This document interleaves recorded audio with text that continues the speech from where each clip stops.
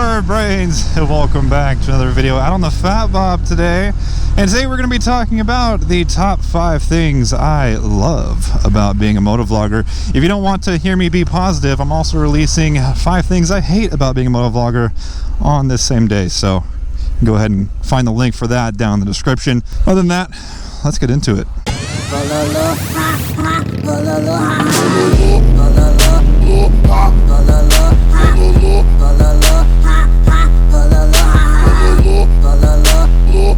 So first off, I want to say that these are in no particular order. This is just the 5 things that came to mind of why I like being here on YouTube and, you know, putting myself out there and getting criticized by every single person with a keyboard. But number 1 is I get to be myself. I would assume that most people will relate to this one, is that not only motovlogging, but just motorcycles in general allow you to be yourself. I wouldn't say I'm a white collar worker. I don't make white collar money, but I do have your very pampered lifestyle of a 9-to-5 job, indoors, air conditioning. I sit at a desk all day. Now, I've done the complete opposite. I've worked on the railroad and been out in the elements and pretty much got paid the same I get paid now. So that just was kind of a what do I want?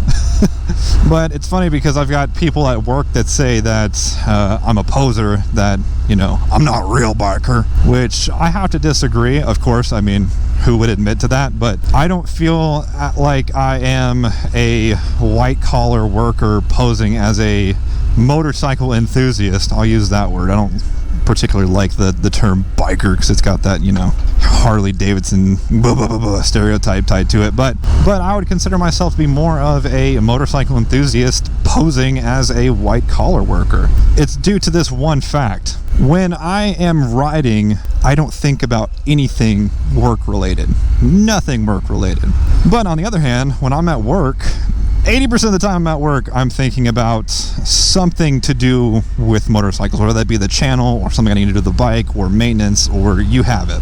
I actually had a conversation with some of the other motovloggers. Is they're saying like, yo man, when you're in your comment section or when you're doing your reviews, like you're too brutal, you're too honest, you should, you know, lighten up and create more of a positive environment. And the reason I don't do that is because that's what I have to do at work. I have to be fake 40 hours a week at my job. I can't tell someone to go f off when they come and tell me something stupid at work. I mean, I could, but I probably wouldn't be there that long.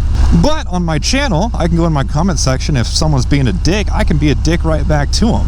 I'm not saying I enjoy doing that. Uncle Ken and Roblox do, but I just do it more so I'm somewhat sticking up for myself. Granted, we are, you know, talking about keyboard warrior versus keyboard warrior here, but I mean, it's nice to just kind of lash out on someone who deserves it every now and then. Number 2 is I get to do the things that I love to do. I love to mess with cameras, photography, videography, editing, all that stuff I really enjoy. Riding motorcycles, I really enjoy. Working on motorcycles, I really enjoy. And I could do all of those things and not do YouTube. I mean, the photography and videography thing would be a little weird to make videos and just keep them on a hard drive, but I could do it. But I was listening to a motivational speaker the other day, and he said that one thing that is common with all humans is all humans want to be heard. Now, the specific mediums that you are, you know, putting yourself out there are going to change, whether it be, you know, authors writing books or artists making paintings. It's all a form of being heard. So I really don't have any shame in saying that, you know, when I put out a video or put out a picture and I see, you know, people enjoying it or even inspiring other people to do it themselves, that feels good. I mean, that's a endorphin releasing action that I enjoy. It makes the videography, photography, riding bikes and working on bikes that much more enjoyable. Which brings us to number 3, getting the opportunity to meet people that I wouldn't meet otherwise.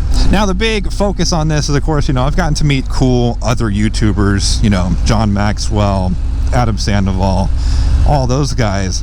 But I'm speaking more specifically to the people that don't have a following. For example, Uncle Ken, Roadblock, I met them because of this channel. If you go back and watch the Texas Moto Meet 2017, I believe it was, 2018, one of those, whatever the first one was, back when I was still on the iron, that was the very first time I was meeting those guys. They found my event on Facebook and came out because they wanted to go to the Motovlogger meetup. And now here we are, 3 years later, and those guys were in my wedding. They come to my house on pretty much a weekly basis, or I'm going to their house on a weekly basis.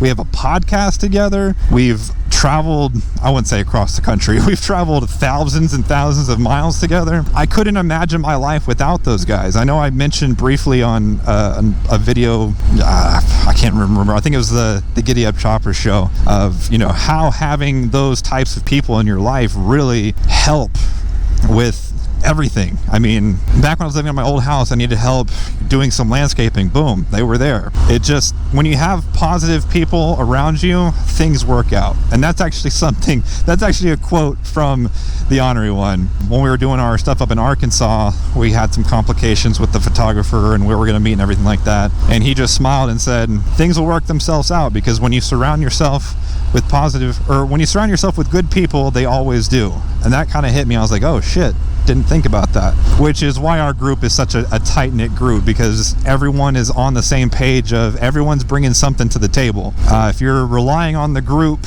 to do more for you than you're giving back, you're not going to last in this group. And that is why you see some people come and go throughout the years, is because it's not so much we kick them out, it's just they can't keep up with us and the things that we're doing, so they kind of just trail off. And one more thing I kind of want to add on top of that is just all the awesome people I've met through the channel, as far as like the subscribers and the people within the industry I've gotten to meet. Like the Honorary One, granted he's a YouTuber, but I would have definitely never met him if it wasn't for YouTube. Brian from 4130 Chassis Works, I mean, the guy used to build race cars for very reputable race car drivers. You've got Chris Moose from Moosecraft, the guy that has built IMS show award-winning bikes. I mean, guys that were building bikes that I was looking at on Instagram and just drooling over. I got to meet them and talk to them and become decently good friends with them. I mean, that would have never happened without the channel, just because of who I am as a person. I would have never put myself out there far enough to